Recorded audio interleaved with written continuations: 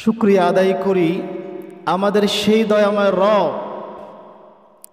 যিনি আমাদেরকে একটি মাস সিয়াম সাধনা করে আল্লাহর সাথে ব্যবসা করে সফল ব্যবসায়ী হয়ে জান্নাতের মালিকানা ক্রয় করে আজকে প্রতিদান পুরস্কার নেওয়ার দিনে আমাদেরকে সুস্থ সবল রেখে আল্লাহর মহত্ব ঘোষণা করার জন্য ঈদগাহে আসার এবং বসার তৌফিক দান করেছেন। তাই সমস্বরে প্রাণ খুলে একবার কালিমাতে শুকর আদায় করি, আলহামদুলিল্লাহ। মানবতার মহান মুক্তির দূত কে? তিনি নবী মুহাম্মদুর রাসূলুল্লাহ সাল্লাল্লাহু আলাইহি ওয়াসাল্লামের উপর অসংখ্য অগণিত দুরূদ এবং সালাম জ্ঞাপন করি। আল্লাহুম্মা সাল্লি আলাইহি, আল্লাহুম্মা বারিক আলাইহি। ঈদের দিন সকাল আনন্দ এবং পরিবর্তন নিয়ে পূর্ব আকাশে যখন রক্তিম সূর্য উদিত হয়, পূর্ব আকাশে যখন রক্তিম সূর্য কিরণ চড়াতে শুরু করে, ঠিক তখনই আসমান থেকে জান্নাতি নুরানি ফেরেশতার দলসমূহ জমিনের অলিতে গলিতে মুসলিম জনপদের প্রতিটি বাড়িতে বাড়িতে উপস্থিত হয়ে সকল মুবারকময় ফেরেশতার হাতে থাকে জান্নাতি কাগজ কলম।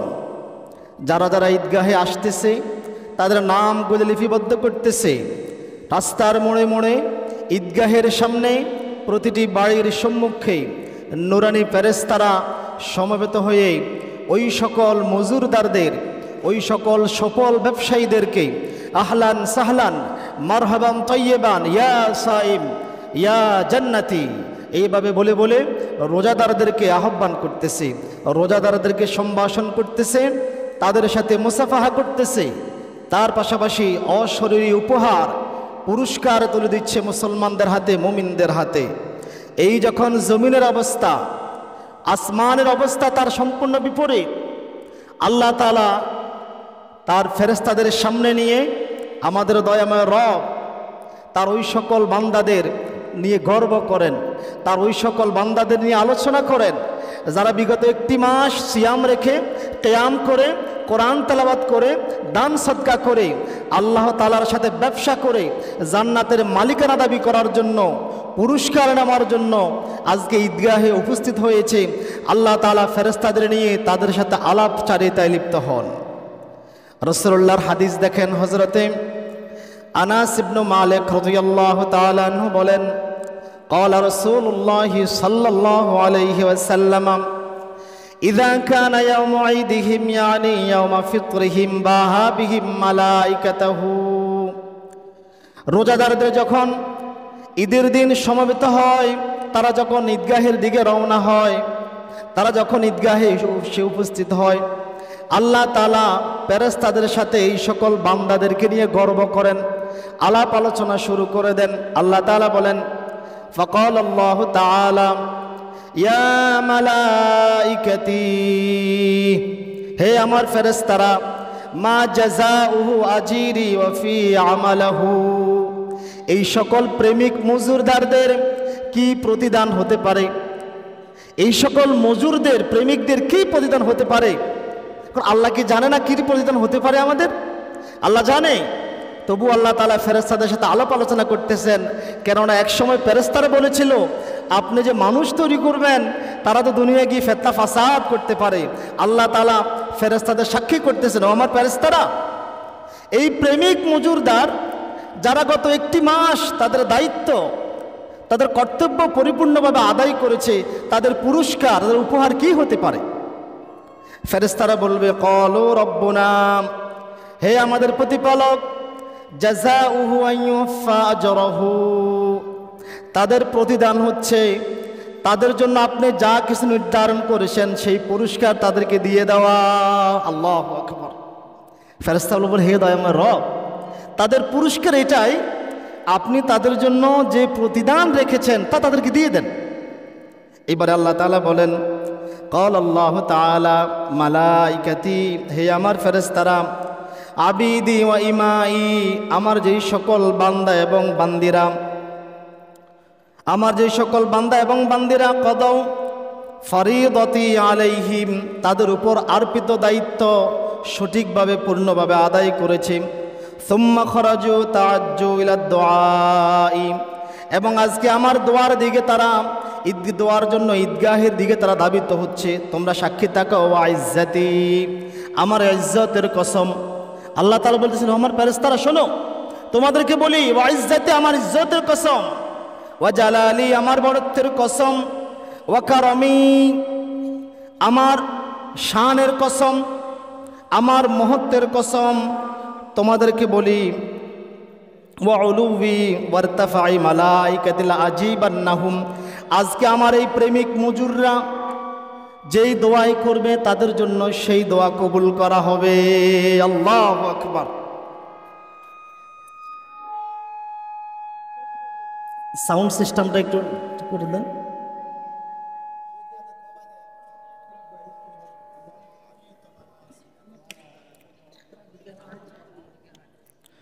অতঃপর আল্লাহ তাআলা ফেরেশতাদেরকে উদ্দেশ্য করে বলেন, তোমরা সাক্ষী থাকো, আমার ইজ্জতের কসম, আমার সম্মানের কসম, এই মজুর প্রেমিকরা আজকে যেই দোয়াই করবে তাদের জন্য তা কবুল করা হবে। অতঃপর আল্লাহ তাআলা বলেন, ফায়াকুলুল্লাহু ইরজিউ, হে আমার বান্দারা তোমরা বাড়ি ফিরে যাও। কোথায় ফিরে যাও? বাড়ি ফিরে যাও। ফাকাদ গাফারতু লাকুম, আমি তোমাদেরকে ক্ষমা করে দিয়েছি। আল্লাহু আকবার। আল্লাহ তাআলা এবারে বলেন, আমার বান্দারা তোমরা বাড়ি ফিরে যাও, আমি তোমাদেরকে ক্ষমা করে দিয়েছি। ওয়া বাদদালাত সাইয়্যাতিকুম হাসানাত, এবং তোমাদের পাপগুলি নেকি দ্বারা পরিবর্তন করে দিয়েছি। আল্লাহু আকবার। বাংলাদেশ সরকারের প্রেসিডেন্টের হাতে একটা ক্ষমতা আছে, মার্সি পিটিশন, জানেন তো আপনারা?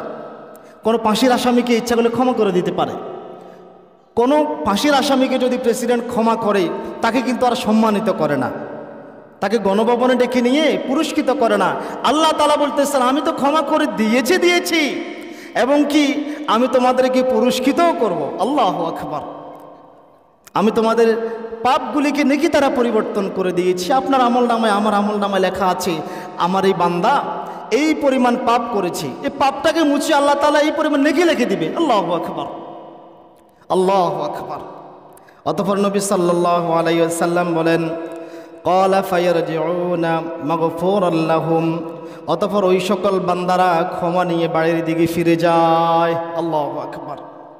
সুতরাং এই পরিবর্তন পুরস্কার ক্ষমাসহ আনন্দ নিয়ে আগমন করে, মুমিনের পাপসমূহ নেকিতে পরিবর্তন করে মুমিনদেরকে সুসংবাদ দিয়ে থাকে। কিন্তু পাপিষ্ঠরা, মানব শয়তানরা, যারা বিগত একটি মাস সিয়াম রাখেনি, কিয়াম করেনি, কোরআন তেলাওয়াত করেনি, আল্লাহর নিকট তওবা করে পাপমুক্ত হতে পারেনি, তারা ছিল লানত-প্রাপ্ত, তারা বঞ্চিত। তারা যখন ঈদগাহের দিকে রওনা করে, ঈদগাহের দিকে ধাবিত হয়, নুরানি ফেরেশতার দল তাদেরকে ধিক্কার দিয়ে বলে, সোহকান সোহকান তাইস, যাও, চলে যাও এখান থেকে, কেন তোমরা ঈদগাহে যাচ্ছ? তাইস, ধ্বংস তোমাদের জন্য। তোমাদের ঈদগাহে কি কাজ থাকতে পারে? তোমরা ঈদগাহে যাবে না, তাড়িয়ে দেয়। সুতরাং নতুন নতুন বাহারি পোশাক পরলেই তাদের জন্য ঈদের আনন্দ নয়। ঈদের আনন্দ তাদের জন্য যারা পরকাল দিবসকে ভয় করে, পরকাল দিবসের শাস্তিকে ভয় করে, অন্তরে আল্লাহ তাআলাকে ভয় করে, আরশের মালিককে ভয় করে বিগত একটি মাস আল্লাহ তাআলার গোলামি করেছে। ঈদের আনন্দ তাদের জন্য। ঈদ হচ্ছে আল্লাহ তাআলার মহত্ব ঘোষণার দিন, বড়ত্ব ঘোষণার দিন। কেননা রমজান মাস একটি মাস সিয়াম রেখেছি, অনশন করেছিলাম আমরা। আল্লাহ, মানুষ অনশন করে না? অনশন করেছি। কি অনশন? আল্লাহ, আমি অনশন করেছি, পাপগুলি ক্ষমা করো। ক্ষমা না করলে অনশন ছাড়বো না, অনশন ছাড়বো না, তো ক্ষমা করো। বিগত একটি মাস অনশন করেছি, অতঃপর আল্লাহ তাআলা ঈদ উল ফিতরের দিন বলে, বান্দা তুমি অনশন ভেঙে দাও, আজকে আমার জিয়াফতের দিন। আল্লাহু আকবার। আমি পুরস্কার দিব, তোমাকে ক্ষমা করে দেব। আজকে তুমি আমার মহত্ব ঘোষণা করো, আজকে তুমি আমার মহত্ব ঘোষণা করো, আমি তোমাকে পুরস্কৃত করব, তোমাকে ক্ষমা করে দেব। তুমি তোমার সিয়াম ভঙ্গ করো, তুমি ইফতার করো। তো ঈদ উল ফিতরের দিন তুমি আমার জিয়াফতে শামিল হও। আর রমজান মাসে কোরআনের মতো মহাকালাম গ্রন্থ আমরা পেয়েছি, হেদায়েত প্রাপ্ত হতে পেরেছি। এই জন্য আল্লাহ তাআলা বলেন, তোমরা আমার মহত্ব ঘোষণা করো। আল্লাহ তাআলা বলেন কোরআনুল কারীম, ওয়ালিতুকমিলুল ইদ্দাতা ওয়ালিতুকাব্বিরুল্লাহ আলা মা হাদাকুম, আর তোমরা গণনাগুলি অর্থাৎ রমজান মাসের দিনগুলি পরিপূর্ণ করো। ওয়ালিতুকাব্বিরুল্লাহ আলা মা হাদাকুম, তোমাদেরকে হেদায়েত দানের কারণে তোমরা রবের মহত্ব ঘোষণা করো। তাকবীর বলতে বলতে ঈদগাহের দিকে গমন করো। আল্লাহু আকবার। তাকবীর বলতে বলতে মুমিন বান্দারা যখন সকালবেলায় ঈদগাহের দিকে আল্লাহু আকবার আল্লাহু আকবার লা ইলাহা ইল্লাল্লাহু আল্লাহু আকবার ওয়ালিল্লাহিল হামদ আল্লাহু আকবার কাবীরা ওয়ালহামদুলিল্লাহি কাসীরা ওয়া সুবহানাল্লাহি বুকরাতান ওয়া আসীলা, তাকবীর বলতে বলতে ঈদগাহের দিকে রওনা দেয়। আল্লাহ তাআলা তখন ফেরেশতাদেরকে নিয়ে, ফেরেশতাদের সামনে তার এই বান্দাদেরকে নিয়ে গর্ব করতে থাকেন। অতঃপর আল্লাহ তাআলা বলেন, আমি যে তোমাদেরকে হেদায়েত দিয়েছি এই জন্য ওয়ালা আল্লাকুম তাশকুরুন, তোমরা আমি আল্লাহর কৃতজ্ঞতা প্রকাশ করো, আমার শুকরিয়া আদায় করো। মুমিন বান্দা যখন ঈদগাহে যাওয়ার সময় উচ্চ সুরে তাকবীর বলে, ফেরেশতারাও তার সাথে তাকবীর বলে। ফেরেশতার তার হাতে অশরীরী অদেখা উপহার পুরস্কার তুলে দিয়ে তাদেরকে সুসংবাদ শোনান, আর পাপিষ্ঠদের বাম হাতে গ্রেফতারি ফরমানা তুলে দিয়ে তাদেরকে সহকান তাইস, তোমরা ধ্বংস হও, ঈদগাহে তোমাদের কোনো কাজ নেই, আজকে তোমাদের জন্য কোনো আনন্দ নেই, তোমরা এখান থেকে বিদায় হও, সহকান, দূরে সরো দূরে সরো। রমজানে যারা সিয়াম রেখেছে, কিয়াম করেছে, কোরআন তেলাওয়াত করেছে, দান সদকা করেছে, তাদের জন্য রয়েছে মহা পুরস্কার। কেমন কি রয়েছে? মহা পুরস্কার। আল্লাহ তাআলা বলেন কোরআনুল কারীম সূরা আহজাব আয়াত নম্বর 35, আল্লাহ তাআলা বলেন ওয়াস-সাইমিনা ওয়াস-সাইমাত, রোজাদার পুরুষ এবং রোজাদার নারী, ওয়াল হাফিযিনা ফুরুজাহুম ওয়াল হাফিযাত, যারা নিজেদের লজ্জাস্থানের হেফাজতকারী পুরুষ এবং লজ্জাস্থানের হেফাজতকারী নারী, ওয়ায-যাকিরিনাল্লাহা কাসীরান ওয়ায-যাকিরাত, আল্লাহকে অধিক স্মরণকারী পুরুষ এবং অধিক স্মরণকারী নারী, তাদের জন্য আল্লাহ তাআলা রেখে দিয়েছেন আ'আদাল্লাহু লাহুম, আল্লাহ তাআলা তাদের জন্য বাজেট করে রেখে দিয়েছেন মাগফিরাতান, ক্ষমা। কি রেখে দিয়েছেন? আল্লাহ বলতেছেন আমি তোমাদের জন্য ক্ষমা বাজেট করে রেখে দিয়েছি। শুধু ক্ষমাই নয়, এরপর আরও আছে ও আজরান আযীমা, মহা পুরস্কার। কি পুরস্কার দিবে? আল্লাহ তাআলা কিয়ামতের দিনে ডাকবে, বান্দা ইয়া সাইম এদিকে আসো, নাও, হাতে তুলে দিবে, নাও এই তোমার পুরস্কার, জান্নাতের টিকিট দিয়ে দিবে। আল্লাহু আকবার। এই হচ্ছে রোজাদারের পুরস্কার, মহা পুরস্কার, আজরান আযীমা। আল্লাহ তাআলা এইভাবেই মাকবুল বান্দাদেরকে পুরস্কৃত করবেন, আর নিকৃষ্টদের, পাপিষ্ঠদের, যারা সিয়াম রাখে নাই, তাওবা করে রবের সন্তুষ্টি আদায় করতে পারে নাই, তাদেরকে ধিক্কার দিবেন। যারা আল্লাহ তাআলার নাফরমানিতে লিপ্ত হয়েছে তাদের জন্য এই দিনে রয়েছে ধিক্কার, মুমিনের জন্য রয়েছে সুসংবাদ। কেননা ঈদ অর্থ আনন্দ। ঈদ অর্থ কি? ঈদ শব্দের মূল অর্থ হচ্ছে ফিরে আসা, বারবার আসা। ঈদ যেহেতু প্রতি বছর আনন্দ নিয়ে ফিরে আসে, এই জন্য ঈদকে ঈদ বলা হয়, আদা ইয়াউদু ঈদান, যেহেতু ঈদ বারবার ফিরে আসে।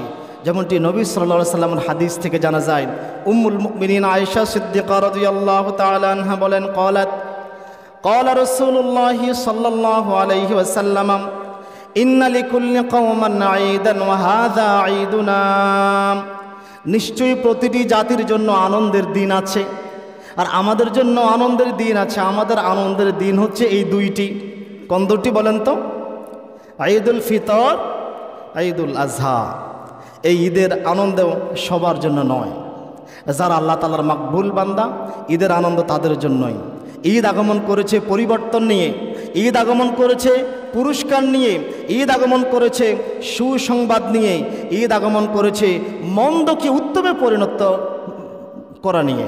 আনাস ইবনে মালিক রাদিয়াল্লাহু তাআলা আনহু বলেন, নবী সাল্লাল্লাহু আলাইহি সাল্লাম যখন মক্কা থেকে মদিনায় হিজরত করে আগমন করলেন, তিনি দেখলেন মদিনাবাসীরা নির্দিষ্ট করে বৎসরে দুটি দিন আনন্দ করে, খেলাধুলা করে, ফুর্তি করে। সাহাবা আল্লাহ নবী সাল্লাল্লাহু আলাইহি সাল্লাম জিজ্ঞাসা করলেন, কেন তোমরা এই দুই দিন আনন্দ করো, খেলাধুলা করো? তারা বলল, জাহিলি যুগে আমরা এই দুই দিন আনন্দ করতাম, খেলাধুলা করতাম। তখন আল্লাহ নবী সাল্লাল্লাহু আলাইহি সাল্লাম বললেন, শোনো, আল্লাহ তাআলা তোমাদেরকে এই মন্দ দুটি দিনের পরিবর্তে তোমাদের জন্য উত্তম দুটি দিন দিয়েছেন। আল্লাহু আকবার।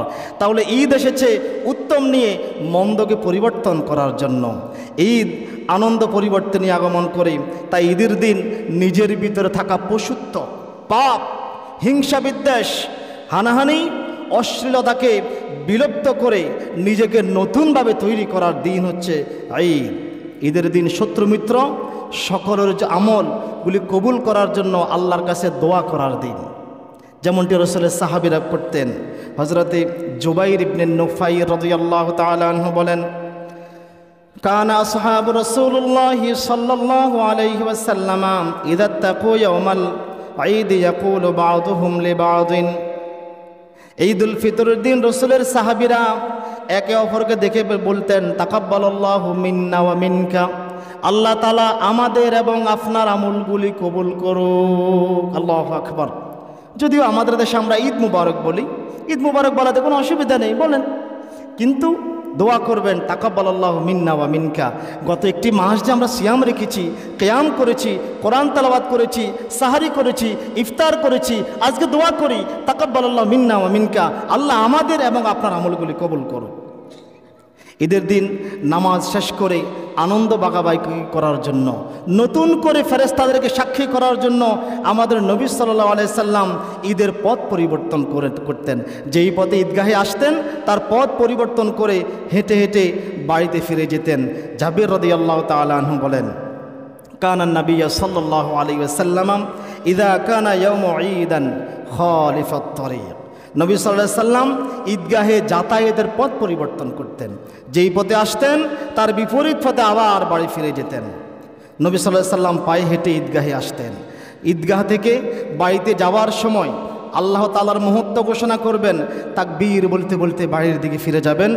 আর বাড়িতে যেতে যেতে জমিনের দিকে তাকিয়ে তাকিয়ে বলবেন, হে জমিন, এবারে জমিনকে বলবেন, হে জমিন, আমরা তোমার উপর দিয়ে চলাফেরা করি, তোমার উপরেই খাওয়া দাওয়া করি, তোমার উপরেই শত পাপ করি, তোমার উপর দিয়ে কত অহংকার করে চলাফেরা করি। হে জমিন, তুমি তো সবই জানো, কিন্তু হে জমিন, তুমি আমাদের বিরুদ্ধে রবের সামনে সাক্ষী দিও না। কেননা আমরা তো মাটিরই সৃষ্টি, আমাদের বাড়ি তো তোমার গর্তেই হবে। হে জমিন, আমরা তো মাটির সৃষ্টি, আমাদেরকে এই তো কবর নামক গর্তেই তোমার ভিতরেই দাফন করা হবে। যেমনি করে আমাদের পূর্বপুরুষ, আমার দাদাকে তোমার ভিতরে তোমার গর্তে দাফন করা হয়েছিল, আমার পিতাকে দেওয়া হয়েছে, আমার পূর্বপুরুষদেরকে তোমার গর্তে দাফন করা হয়েছে, এমনি করে আমিও তো তোমার ভিতরে, আমার বাড়ি হবে তোমার গর্তের ভিতরে। হে জমিন, আমার চারপাশে যারা রয়েছে সকলেই বিশ্বাসঘাতক, সকলেই বিশ্বাসঘাতক, সকলে আমার সাথে বিশ্বাসঘাতকতা করবে, সকলে শুধু অপেক্ষায় আছে কখন আমার শ্বাস বন্ধ হবে। শ্বাসটা বন্ধ হলেই আমাকে তোমার ভিতরে পুঁতে দিবে, মাটির গর্তে রেখে দিবে।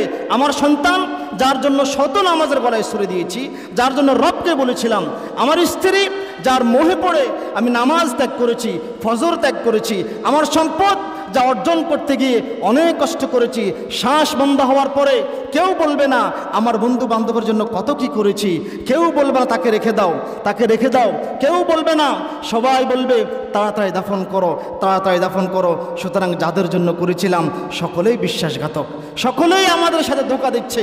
আল্লাহ তাআলা কোরআনুল কারীম এই কথাই বলেছেন, ওয়ামাল হায়াতুদ দুনিয়া ইল্লা মাতাউল গুরুর।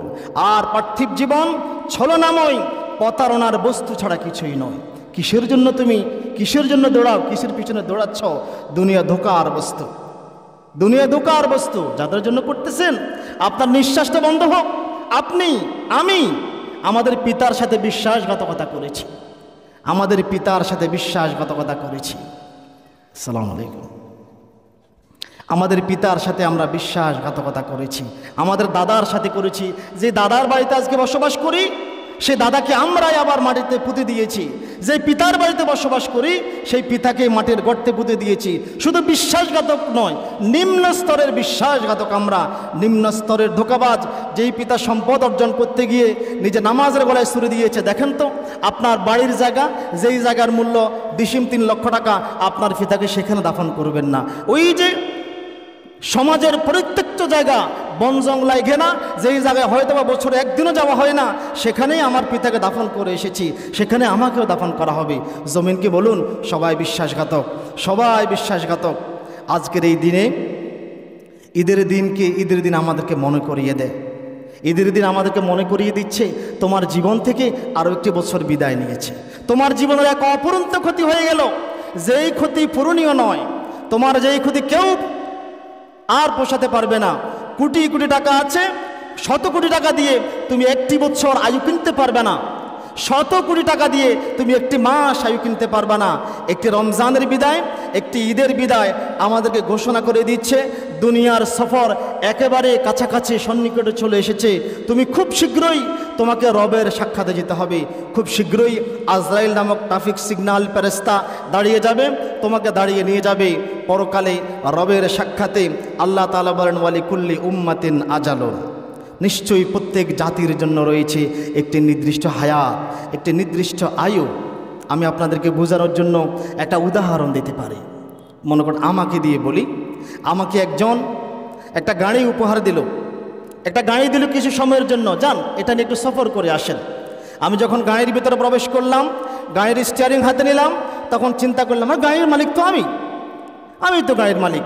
গাড়ি নিয়ে চলতে থাকলাম, কিছু দূর যাওয়ার পরে চিন্তা করলাম না, এইভাবে একা একা কি সফর করা যায়, সাথে দু একজন সাথী সঙ্গী হলে ভালো হয়। আমার সাথে আমার স্ত্রী নামক একজন সাথীকে পাশে নিয়ে নিলাম। চলতেছে স্বামী স্ত্রী দুইজনের সংসার, গাড়িটা খুব সুন্দর চলতেছে। চলতে চলতে চলতে কিছুক্ষণ পরে স্বামী স্ত্রী চিন্তা করলাম না, দুইজনের সফর আর ভালো লাগতেছে না, আরও দু একজন হলে ভালো হয়। ছেলে মেয়ে নামক আরও দুইজন সাথী সঙ্গে নিয়ে নিলাম। আবার গাড়ি চললাম, স্ত্রী আছে, সন্তানরা আছে, মনে পূর্তি আছে, গাড়ি চলতেছে। জীবনের গতি 3 লক্ষ কিলোমিটার বেগে চলতেছে, আমাদের জীবনের গতি চলতেছে। কিছু দূর যাওয়ার পরে রাস্তার উপরে এক লোক হাত উঁচিয়ে বলল দাঁড়াও। জিজ্ঞাসা করলাম আপনি কে ভাই, কী পরিচয় আপনার? বলল আমার পরিচয় আমি অর্থ, আমি সম্পদ। কি চাই? আপনার সাথে যাব। কোথায় যাবেন? আপনার গাড়ি যেখানে থামবে আমি সেখান পর্যন্ত যাব। স্ত্রীকে জিজ্ঞাসা করলাম, সন্তানকে জিজ্ঞাসা করলাম, ধন সম্পদ মাল আমাদের সাথে যেতে চাই, নিব? বললেন অবশ্যই নেন, নেবেন না কেন? আমাদের তো ধন সম্পদের প্রয়োজন, মালের প্রয়োজন। ধন সম্পদকে তাড়াতাড়ি গাড়িতে নিয়ে নিলাম। কিছু দূরে যাওয়ার পরে আরও এক ব্যক্তি হাত তুলে আমার গাড়ি দাঁড় করালো। যে আমি জিজ্ঞাসা করলাম কে আপনি, কি পরিচয়? বলল আমার নাম ক্ষমতা, আমার নাম পাওয়ার, আমার নাম সম্মান, ইজ্জত। কি চাই? আপনার সাথে যেতে চাই। কোথায় যাবেন? আপনার গাড়ি যেখানে থামবে ওই পর্যন্ত আমি যাব। স্ত্রীকে সন্তানকে জিজ্ঞাসা করলাম ক্ষমতাকে নেব, পাওয়ারকে নেব, সম্মানকে নেব? স্ত্রী সন্তান সকলে বললে অবশ্যই, অর্থ আছে, ক্ষমতারও তো প্রয়োজন, সম্মানের প্রয়োজন, ইজ্জতের প্রয়োজন। ক্ষমতাকে নিয়ে নিলাম, পাওয়ারকে নিয়ে নিলাম। কিছু দূর যাওয়ার পরে এইবারে লম্বা পাঞ্জাবি পরা, টুপি মাথায় দেওয়া এক বুজুর্গ লোক হাত দাঁড় করিয়ে আমাকে দাঁড় করালো। জিজ্ঞাসা করলাম কি আপনার পরিচয়? পরিচয় দিল আমার নাম দিন, আমার নাম ইসলাম। কি চাই? আপনার সাথে যেতে চাই। কোথায় যাবেন? আপনি যেখানে যেখানে যাবেন, যত দূর যাবেন আমি আপনার সাথে যাব। স্ত্রীকে জিজ্ঞাসা করলাম দিনকে নেব? স্ত্রী বলে তুমি কি পাগল হয়েছ? দিনকে নেবা মানে? এখন দিনকে নিলে আমাকে পর্দা করতে হবে, সেকেলে সেকেলে বাপ লাগবে, না দিনকে নেওয়া যাবে না। সন্তানকে ছেলেকে জিজ্ঞাসা করলাম দিনকে নিব? ছেলে বলে আব্বু তুমি কি বলো, মাত্র একটা হিন্দি গান লাগাইলাম কানে ইয়ারফোন দিয়া, তুমি এই মুহূর্তে দিনকে নিলে আর কি গান শোনা যাবে? মেয়েকে জিজ্ঞাসা করলাম জীবনের অবলম্বন করছি সেটা সমস্ত পাপ এসে আসবে। আল্লাহ তাআলা পাপগুলোকে বারবার ক্ষমা করে দিয়েছেন। তুমি আমি আল্লাহর গোলামি করো, আমার ঈশ্বরের উপরে তওবা করো, এই জন্য তোমাকে বারবার পাপগুলো স্মরণ করে দিয়েছি। তাতে আমাদের কিন্তু আদম আলাইহিস সালামের মতো আল্লাহর উপরে তওবা করেন, জানেন রব্বানা যালিমনা সে আমাদের কাছে তো আমি তো জীবন করে রেখেছি রাখার জন্য সেনা নিজেকে রাজধানী করে দিয়েছি। অতএব তুমি যদি আমাকে ক্ষমা না করে, তুমি যদি আমাকে মাফ না করো, আমার উপর যদি তবে আমার পরিচিত না করো, আমি পরিচিত অন্তর্ভুক্ত হয়ে যাবো। আমার চিন্তা আমার হতে শুরু করে মাধ্যমিক পছন্দ আছে। আল্লাহকে যদি কথা বলতে পারতাম বড়টা বলে কথা আমার কত আমার কত হতাশা এবং আল্লাহর কাছে মাঝে কিছু অঙ্গের আসে থাকে না, মনে বেকার একটু যাবে অনেক প্রশ্ন মনে ভেঙে আছে যদি আল্লাহ তাআলা চাও আল্লাহ তাআলা প্রশ্ন দিতে চাও আল্লাহ তাআলা কোন প্রশ্ন থেকে আল্লাহ তাআলা বান্দার কথা বলে দিয়েছেন আল্লাহ তাআলা যেটা কোরআন থেকে বলে দিয়েছেন মানুষ আল্লাহকে কিয়ামত পর্যন্ত কি কষ্ট করবে কি কষ্ট করতে পারে আল্লাহ তাআলা সমস্ত কষ্ট কোরআনে কারিমে দিয়ে দিয়েছেন মানুষ বলে জীবনে বড় সফলতা নয় আমি দেখবো আল্লাহ তাআলা কথা অবশ্যই মহিলায় সফল হয় মানুষ বলে মানুষ আল্লাহকে প্রশ্ন করে আল্লাহ আমাকে কেউ নেই আমাকে সাহায্য করে না আল্লাহ তাআলা ওয়াকারা হাক্কান আলাইনা নাসরুল মুমিনিন আর মুমিনদেরকে সাহায্য করা আমি আল্লাহর দায়িত্ব এবং কর্তব্য মানুষ বলে আমার কেউ নেই আল্লাহ তাআলা বলেন ওমাইয়া তাওয়াক্কাল আলাল্লাহি ফাহুয়া হাসবুহু যে ব্যক্তি আল্লাহর উপর ভরসা করে তার জন্য আমি আল্লাহর যথেষ্ট মানুষ বলে কিন্তু আমার তো মেয়ের কাছে আমার তো গান গাইতে পারছি আল্লাহ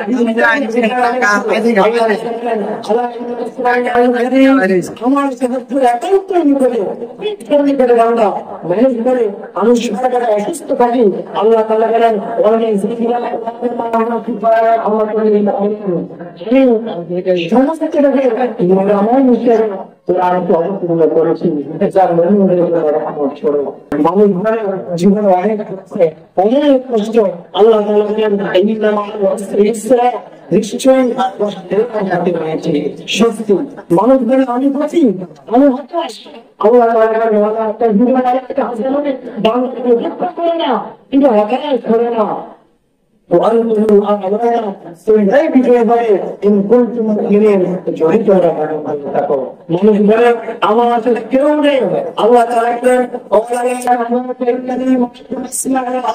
বান্দা তুমি ভয় করো না আমি তোমার সাথেই রয়েছি তোমার সব কথা শুনি এবং তোমার সব অবস্থা দেখি মানুষ বলে জীবনে কখনো খুশি হতে পারে না আল্লাহ তাআলা বলেন শিক্ষা তোমার তোমাকে তুমি সন্তুষ্ট হয়ে যাবে তুমি খুশি হয়ে যাবে মানুষ বলে তোমাকে কেউ স্মরণ করে না কেউ আমাকে স্মরণ রাখে না আমিও তোমাকে স্মরণ করবো মানুষ বলে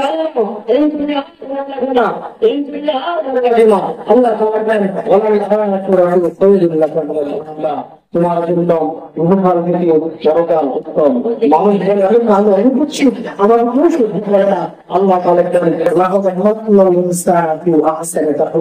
আমি মানুষকে সুন্দর করে আত্মযোগী সৃষ্টি করেছি মানুষ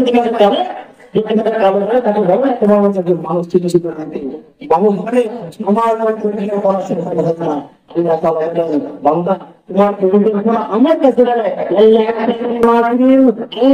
সর্বোত্তম বলা করে মানুষ বলে আপনি কি আমার কাছে শোনেন আপনি কি আমার কাছে শোনেন আল্লাহ তাআলা আমি তো বান্দা তোমার একেবারে নিমিত্ত রয়েছি বান্দা তুমি যখন আমাকে আহ্বান করো তুমি যখন আমাকে আহ্বান করো আমি তোমার আহ্বানে সাড়া দেব মানুষ বলে আমি পাপ করে হতাশ আল্লাহ তাআলা বলেন লা তাকনাতু মির রাহমাতিল্লাহ বান্দা তুমি আমার রহমত থেকে নিরাশ হইও না মানুষ বলে অনেক বেশি আল্লাহ তাআলা বলেন ইন্নাল্লাহা ইউহিব্বুত তাওয়াবিন নিশ্চয়ই আল্লাহ দয়া করে ভালোবাসেন মানুষ বলে কেউ আমাদের প্রতি দয়া করে না ক্ষমা করে না আল্লাহ তাআলা বলেন ইন্নাহু হুয়াল গফুরুর রহিম নিশ্চয়ই আল্লাহ তাআলা এই লোক ক্ষমাশীল এবং দয়ালু আপনার লাগে কি পাবো না আপনি তো বলে না আপনারা বলে দিচ্ছি আল্লাহ বলতেছে তোমার কাজ কি বলে আল্লাহ তো ইচ্ছা হয় কিছু করব রসুলের হাদিস থেকে দেখেন আনাস ইবনে মালিক রাদিয়াল্লাহু তাআলা নবী সাল্লাল্লাহু আলাইহি ওয়াসাল্লাম হাদিসে বলছি আল্লাহ তাআলা বলেন ইয়া বানি আদম ইন্নাকা মা দাআওতানি ওয়ান্তানি বান্দা তুমি যখন আমাকে ডাকবে আমার নিকট ক্ষমা আশা রাখবে গফর তুলাকা আল্লাহ তুমি কি তাকে তুমি কি সমাজের নিম্ন শ্রেণীর মানুষ তুমি কি কোটিপতি তুমি কি ব্যক্তি তোমার কাছে গাড়ি মনে করে আমি তোমাকে ক্ষমা করে তোমার আমি কারো কয়েক করি না, আমি করি না। আমি আল্লাহ পৃথিবীর সমস্ত মানুষকে, যত মানুষ অতীত হয়েছে, যত মানুষ বর্তমানে আছে, তেমন পর্যন্ত যত মানুষ আসবে, আল্লাহ সবাইকে ক্ষমা করে দেয়। প্রত্যেক কাফের ফেরাউনকে যদি ক্ষমা নেই, ফেরাউন যদি আল্লাহ ক্ষমা করে দেয়, এই জন্য আল্লাহকে বিরক্ত করে আল্লাহ কেন আপনাকে বড় কাফেরকে ক্ষমা করে দিয়েছেন? আল্লাহ আদম আদম সন্তান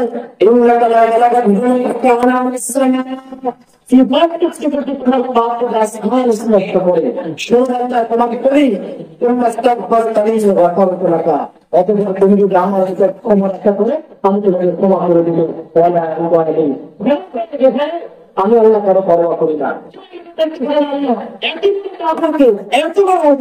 ক্ষমা করে দিয়েছি আল্লাহ তাআলা আদম আদম সন্তান ইন্নাকা লা তাকুনু তাআলাহুল আরদু ফাতায়া ये बात तो तुम्हारे पास पूरी जमीन की शोर परिमाण हो जाए सुने बंदा तुम लगे चलो ला तुश्रिक बि शैआ তুমি যদি তোমার পাপ যদি জমিন শোর পরিমাণ হয়ে যায় অথবা তুমি যদি আমার সামনে এমন অবস্থায় হাজির হতে তুমি আমার মধ্যে শিরক করবে না লাগাই উঠে আমি তোমার জমিন শোর পরিমাণ হয়ে আপনার কাজ দেখে আমাকে প্রথমে আপনি আল্লাহ কিছু আল্লাহকে বলেন না আল্লাহ আল্লাহ আমি তো আপনার গোলাম। ওই যে আমার পিতা গোলাম ছিল, আমি গোলামের কথা গোলাম, আমি গোলামের করতে গোলাম, আমার বংশ সহকারে আপনার গোলাম। আপনি এই কথা জানেন, এই কথা আল্লাহ কিন্তু বলেন না। আল্লাহ আমার আমাদের দিকে তাকাইও না, তবে দিকে তাকালে তোমার সময় দিতে হবে না, আমার দিকে তাকাও না, আমার দিকে তাকাও না একটু। তুমি দয়া করে তুমি মানুষকে লিখে রেখেছ, তুমি নিজ হাতে স্বাক্ষর করে দিয়েছ, সিরিয়াল দিয়েছ, আল্লাহ তাআলার দয়াতে রাজ্য অতিক্রম করেছে। আল্লাহ তুমি তো আরেকটা ব্যক্তি বলেছ, অতএব তোমার দয়া আসার জন্য তুমি আমাদের ক্ষমা করে দাও। আল্লাহ তাআলা অবশ্যই ক্ষমা করে দেবেন। আজকে ঈদের নামাজ আদায় করে ঈদের নামাজ আদায় করা হলে ঈদের নামাজ ঈদের যে উপকরণে কিছু আমাদের ঈদের নামাজের ক্ষেত্রে করা সালাত নেই, কিন্তু আমাদের নবী সাল্লাল্লাহু আলাইহি ওয়াসাল্লাম ঈদের দিন ঈদের সালাত আদায় করে তার পরে থেকে নতুন সালাত আদায় করতেন। যদিও আমরা আমাদের আইনের মধ্যে জানি না, যদিও না আবু সাঈদ আল-খুদরি রাদিয়াল্লাহু আনহু বলেন রাসূল সাল্লাল্লাহু আলাইহি ওয়াসাল্লাম ঈদের সালাতের ক্ষেত্রে আমল করতেন না, কিন্তু যদি এখন গাড়ি পিছিয়ে যেতে হয় তখন গাড়ি দিয়ে লড়াই ছিল পিতা মাতা পিতা মাতার সাথে পিতা মাতার কাছ থেকে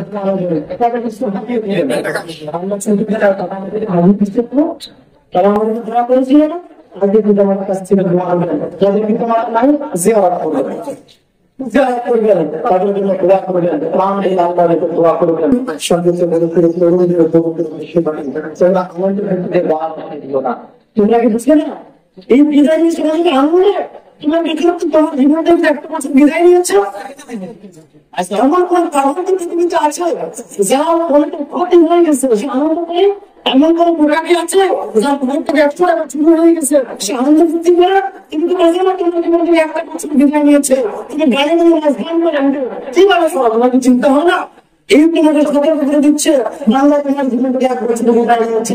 এমন কোন আছে দুনিয়াতে পরীক্ষা হও, পরীক্ষা হয় পরীক্ষা হয় ছাত্রটি লেখালেখি না করে যে ছাত্র আনন্দ করতে করে, যে ছাত্র লেখালেখি না করে করে তাকে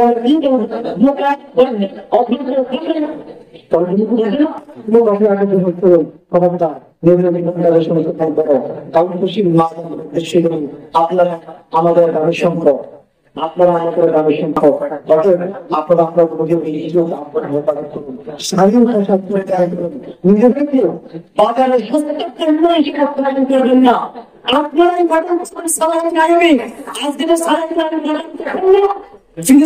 জমিন দখল করা হচ্ছে, আমার জমি আমার করেন, আমার দুনিয়াতে আমার গাড়িতে খরচা করা হচ্ছে, আমার অনেক দেশ বলতে যাত্রা দেওয়া হচ্ছে, আমার জায়গা দখল করা হচ্ছে, আমার করা হচ্ছে, আমার সন্ত্রাস হচ্ছে এরপর আমার যদি আমি জঙ্গি আমি সন্ত্রাসী দেখেন না আজকে সালাত করে কারণ আমাদের মায়েরা আজকে সালাত করতেছে না আজকে আমাদের মায়েরা ইমান বুখারী করতেছে না আজকে আমাদের মায়েরা ইমান মুসলিম করতেছে না আজকে আমাদের মায়েরা ইমান বাজারের কথা করতেছে না আজকে গার্জেন মুসলিমদের অপকর্ম হচ্ছে সুতরাং মায়েরা আপনাদের উপর আল্লাহ তাআলা অনেক দায়িত্ব দিয়েছেন আল্লাহ তাআলা আমাদেরকে ঘর মা ধরে সমাজ সকলকে সর্বশেষ কথা হচ্ছে তাদের উপরে যাকাত যাকাত আদায় করতে বলবেন যাকাত সম্পদ নিয়ে আপনার সম্পদের ভিতরে পরিবে টাকা ঢুকে গেছে টাকা ঢুকে গেছে আপনার সম্পদের ভিতরে আর কিছু ঢুকে গেছে এটা কি করতে পারে যদি না করেন যাকাত করুন মনে করেন আপনি সিঙ্গিয়ে বাজার একটা প্রকৃতি ফলানো বসে আছে কিছু টাকা বিক্রি দিল তার প্রকৃতি আছে একজন প্রতিগত রাস্তার প্রতিনিধি বাজারে বসে প্রকৃতি আছে সেটি কারণে এই প্রকৃতির খালি থেকে টাকাগুলো নিয়ে প্রকৃতি এবং টাকাগুলো নিয়ে প্রকৃতি তো কেউ কাটো অন্য ভাই না তো আপনি সম্পর্কে নিতে গোল জায়গা আছে একটু জায়গা আছে আপনি জায়গা বের করতেছেন না তো আপনার সম্পর্ক নয় যাকাত আদায় করে দিবেন আল্লাহ তাআলা আমাদেরকে জীবনের বিধান যাকাত আদায় করে পালন করতে সকলকে আমিন সর্বশেষ একটা হাদিস করে দেব রমজানের সম্প্রচারণ রমজান শেষ তারাবির রোজা আছে রোজা আছে কিছু কিছু আমল কিছু কিছু সাধারণ আদায় করতে হতো নবী সাল্লাল্লাহু আলাইহি ওয়াসাল্লাম বলেছেন যে ব্যক্তি বাংলাদেশ জামানে কাকে মহাজ সিয়াম রাখলো এবং সাধারণ মানুষের সবাইকে রোজা রাখলো সেটা সমাজে তো বাংলা লাগে না আমাদের সবার মাঝে হচ্ছে ইম্পর্টেন্ট যেটা আগে আগামী থেকে পুরো খাবার শুরু করে 6 দিন ধরে আমরা চেষ্টা করবেন আল্লাহ তাআলা ঈদের আনন্দে আমাদের জন্য ভালো আয়োজন করবেন সকলে আমিন আসসালামু আলাইকুম ওয়া রাহমাতুল্লাহ